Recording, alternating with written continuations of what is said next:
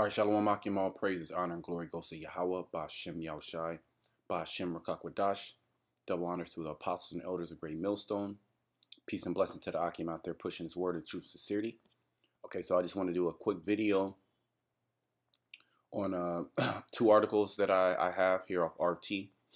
And the lesson was pretty much inspired. I watched a documentary, not a documentary, but it was an interview on RT with a man by the name of Imran Khan.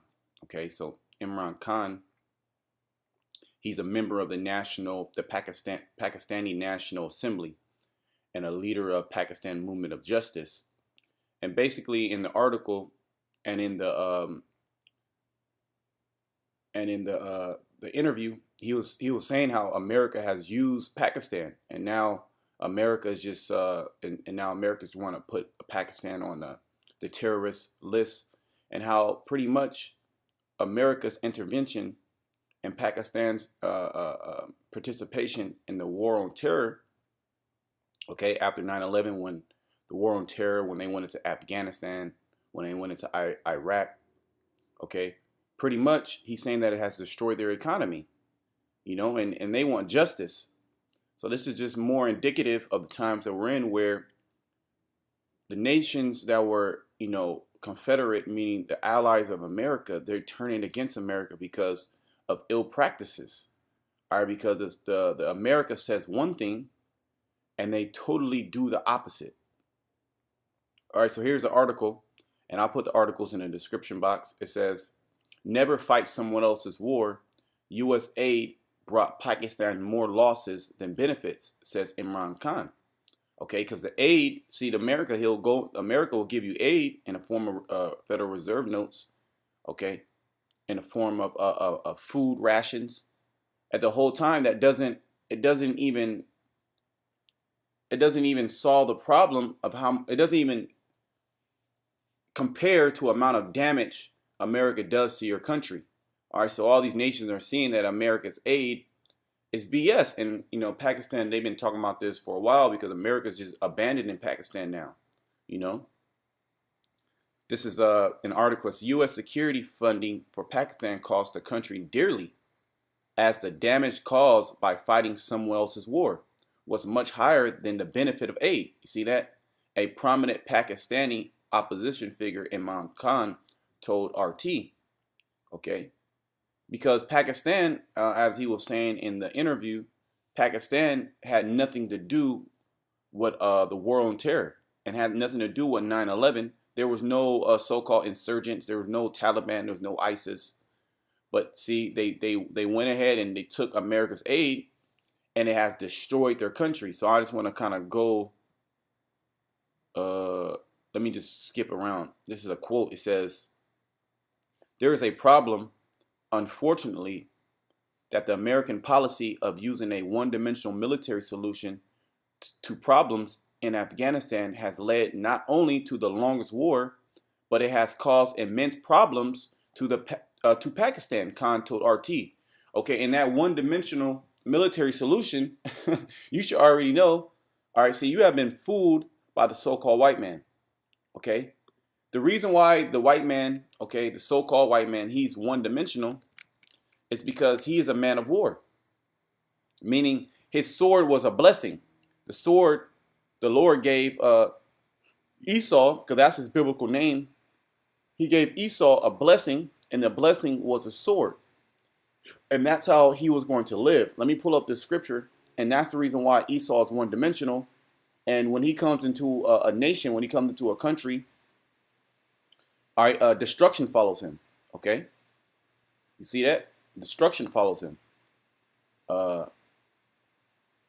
This is Genesis 27.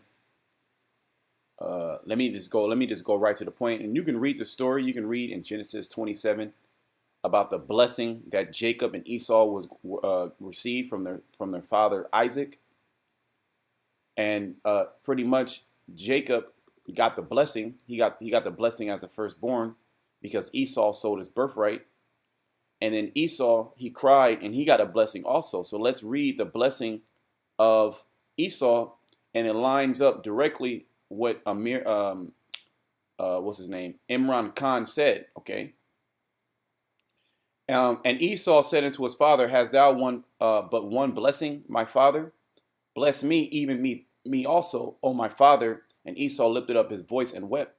And Isaac his father answered and said unto him, "Behold, thy dwelling shall be the fatness of the earth." And the reason why Esau, the so-called white man, he has the choice lands of the earth is because this was a blessing unto him, the fatness of the earth. Okay, he lives on these sea cliffs, he lives on the beach, he lives in these high mountains, he lives in the choice land with all the trees, the redwoods, okay, all the beautiful animals, okay, the best views, okay, and of the dew of heaven from above. So he has total control of the planet Earth. And with that comes the fatness, meaning the goodly parts of the earth, while the other people are in massive amounts of massive amounts of poverty. Okay, throughout the whole world, even in Pakistan, because in Pakistan you have a lot of Israelite foreigners in Pakistan. Okay, catching pure hell, and they don't know that they're Israelites. Okay, and by the sword shalt thou live. So let's go back to the statement that he said. Khan said, it says there's a problem, unfortunately, that the American policy of using a one-dimensional military solution, okay, because the so-called white man, you can't reason with him diplomatically, okay? He only knows how to use force. So here you nations are, you're trying to reason with a man that's unsatiable, okay? You can't sit down with him and talk about peace. He can't have peace, and this is exactly what has happened to Pakistan. More so-called insurgents have raised up, the Taliban, okay, sympathizers, because people are getting bombed, okay, bombed to hell, and they're seeing that as America. So these people, they want to join so-called ISIS and these different military groups to fight against military American military advancement, whether it be another Pakistani or another Indian, okay, so-called from India or Iraq, okay, or Syria, okay, because America funds both sides, okay, all right, and it's all coming out that you are a man of death. It says one-dimensional military solution to problems in Afghanistan have led not only to the longest war, because Pakistan and Afghanistan, they share a border, and all the problems that are going on with Afghanistan are trickling down into Pakistan, and it's causing massive amount of displacement, massive amounts of poverty, massive amounts of death. Okay, it says not only to the longest war, but it has caused immense problems to Pakistan. Okay, so let's go back into that scripture. All right, because we have always been in biblical prophecies. Now we're seeing these biblical prophecies come to pass. Okay, let me go back. It says this is Genesis 27:40. It says, "And by thy sword shalt thou live." And okay, so by the sword Esau shall live, the so-called white man, and look how he has got the earth. Did he did he get the earth righteously? Okay. No, he got it by killing. He got it by killing massive amounts of people. Okay, bombing you to hell and back. Okay, deception. I set up puppet leaders. Okay, and then he'll try to appease you by giving you some money, but it doesn't even account. It doesn't even equate for the amount of damage that he has done to your nation. And shall serve thy brother, and it shall come to pass when thou shalt have the dominion that thou shalt break his yoke from off thy neck. Because Esau, he's supposed to be under the so-called Black, Hispanic, and Native American, and we had him in captivity, okay, for a particular time. But through the process of time, according to prophecy, he was going to break away from our yoke, and he was going to go and build in the desolate places, and this is what you have today, okay. Esau, he went and he started building, and he has became a great nation in wickedness, of course, but he has became that great nation by destroying other nations. Okay, so let me read just a little bit more of the article. I just want to get down to the point. Okay. Yeah, this is it. So I'm gonna read this last part. It says, this is a quote. It says, "My point of view is that this American aid has been very costly for Pakistan," Khan said, adding that there is no comparison of its benefits. You see, it's no comparison of its benefits to the damage done by participating in the U.S. war. Here it is. Pakistan was a outside source, and they got brought into the war on terror, which is nothing but a tool of destabilization in the Middle East. Okay, it's called divide and conquer, and this is how the so-called white man, this is how he conquered the nations. He doesn't want you to come together because he's let me get that scripture. He's small amongst the nations.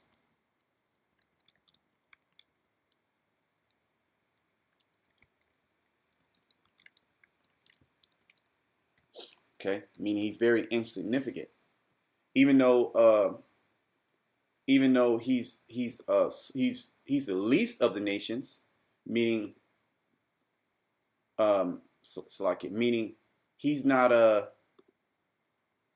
he's the least of the nations as far as numbers, but he's insignificant. This is Obadiah 2. Says, "Behold," verse 2, "Behold, I have made thee small among the heathen that are greatly despised." Okay, and though the Pakistani people, they want you to get out of their country. They want you to, they don't even want the aid anymore because it's totally destroyed their economy. Okay, the amount of aid that you have given them doesn't even compare to the amount of damage, collateral damage that you have done to their nation, and not only the damage that has been done within the last how many years, but the damage that's going to follow and pursue, because there's a domino effect. Okay, once you displace, okay, economy, all right, see Pakistan, they're never going to get back into power. Okay, they're never going to rouse up. They're never going to be raised up. But oh yeah, so they're looking at China and Russia, man. Okay, they're in talks with China and Russia. And that's exactly what's going to happen, okay? I just want to throw that side note in there because of the atrocities that the so-called white man is doing. It says, "My point of view is that American aid has been very costly for Pakistan," said Khan, adding that there is no comparison of its benefits to the damage done by participating in the U.S. war. So this is a U.S. war, a so-called war. Pakistan took heavy punishment as the lives of 70,000 people were lost. So 70,000 Pakistanis, they got sent into this war, the war on terror, which it was nothing but a false flag. And that's what you know what? See, all you nations, you have drunken of that cup, okay, of the so-called white man. You have drunken of the cup. And you know that this is just you know that this is all lies and game, but you're not going to come out. You're not going to come out and say it. You're going to get backed against the wall, and you're going to come out and say that the whole so-called political stage is all a front. It's pretty much it's like a movie, okay? And you tiptoe and tap around the very major points, okay? That the so-called white man, he's the devil, okay? That this war on terror is not a war on terror. That it was everything that he does is false flags, is set up. Okay, the aid that he gives you doesn't compare to the amount of damage that pursues your nation. And the leaders of these nations, they have sold out with the devil. They have sold their soul to the devil, so to speak. Meaning they have given power unto the so-called white man. Now all of a sudden they're mad. Now all of a sudden they're mad when they see their their people on drugs. Okay, their women acting like whores. Okay. Nope, there's no jobs. Okay, there's no foreign investment. Pretty much in Pakistan, there's no more foreign investment because they're now being deemed as possibly a terrorist rogue state. After they helped out America and lost 70,000 people, okay, it says, let me read. It says lives of 70,000 people were lost and up to 4 million people were internally displaced. So not only 70,000, okay, were lost, but over 4 million people were displaced. Okay, according to the official, the economic fallout is no less striking.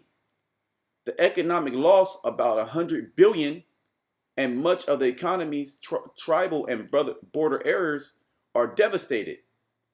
So this small aid has been very costly, and the lesson learned from Pakistan's point of view is to never fight somebody else's war. Okay, now the lesson is learned. Once you see the devastation that the devil leaves. Let me bring out a scripture. Bring out another scripture. Okay. This is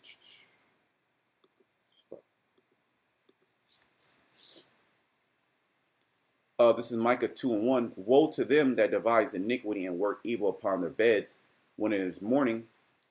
When the morning is light, they practice it because it is in the power of their hands. And they covet fields and take them by violence, and houses and take them away. So they oppress a man and his house, even a man and his heritage. And this is basically what's happening, is that the Pakistani people, which they're just one nation that's coming out and saying these things. Multiple nations like the Philippines. Okay, you have Pakistan, you have Iraq, Afghanistan, okay, South Korea. All right, they all wanna break away from the American hegemony because they have seen what when you sign these deals with the devil, what do you get in return? Okay, you get a destroyed economy. He changes your morality, and then he'll literally just turn his back on you. Okay, so those people are being oppressed, and now they're starting to see how a small inkling of how the black and Hispanic and Native American man feels.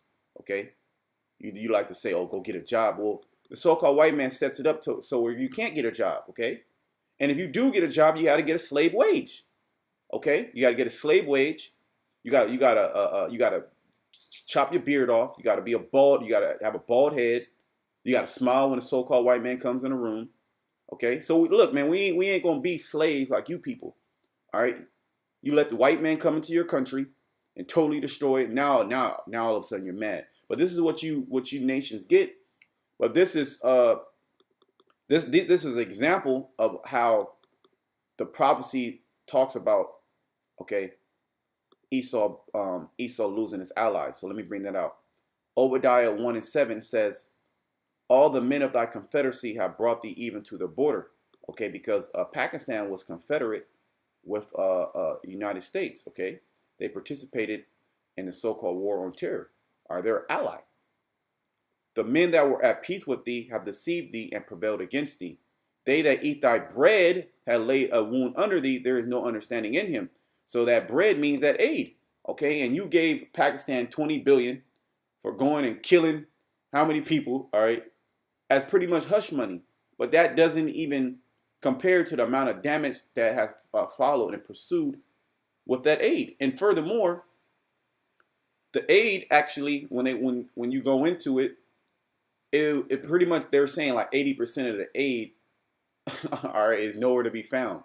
It was because of corruption, meaning the aid that was supposed to go to the people to rebuild infrastructure, for more education, for more programs, the rebuild the country. Okay, it went to the pocket of these elite in the other in Pakistan. Okay, so none of that money trickled down. So the average everyday Pakistani, and this is more than I'm highlighting Pakistan. Okay, but this is the same story across the board. Okay, and more stories like that are going to come out and expose the so-called white man for being a fork-tongued devil. Okay, you should have known that he was your enemy. You shouldn't have let him come into your shit. All right, here it is. You let the enemy come into your house and he fucked your house up, and then he left and then he blamed you. All right, there's nothing you can do about it. All right. All right, let me just read the highlight of the other article I have. All right, so this is I believe this might be, yeah, this is the full interview, but it says, I'm just going to read the title. It says, Imran Khan, U.S. uses Pakistan like tissue paper. All right, and he was saying that it's an injustice. I was watching the interview the other day. He said it's unjust. He's unjust. It sounded like Jake, man. He sounded like Jake, you know, trying to reason with the devil and say that what you're doing is unjust. He doesn't care. The so-called white man doesn't care if you die. He doesn't care that your country's all messed up. All right, he wants to destroy. He likes that. He feels good about himself. Okay, it says, "Woe to him that divides iniquity on their beds." Okay, and work evil upon their beds. All right, the so-called white man, he does that. So he goes around and he just messes up whole economies, and then he blames you. All right, then see what happened was they did all this to Pakistan, and then U.S. pulled the aid. All right, he pulled the aid, so now you don't even get no more aid, man. All right. So with that, I want to say shalom.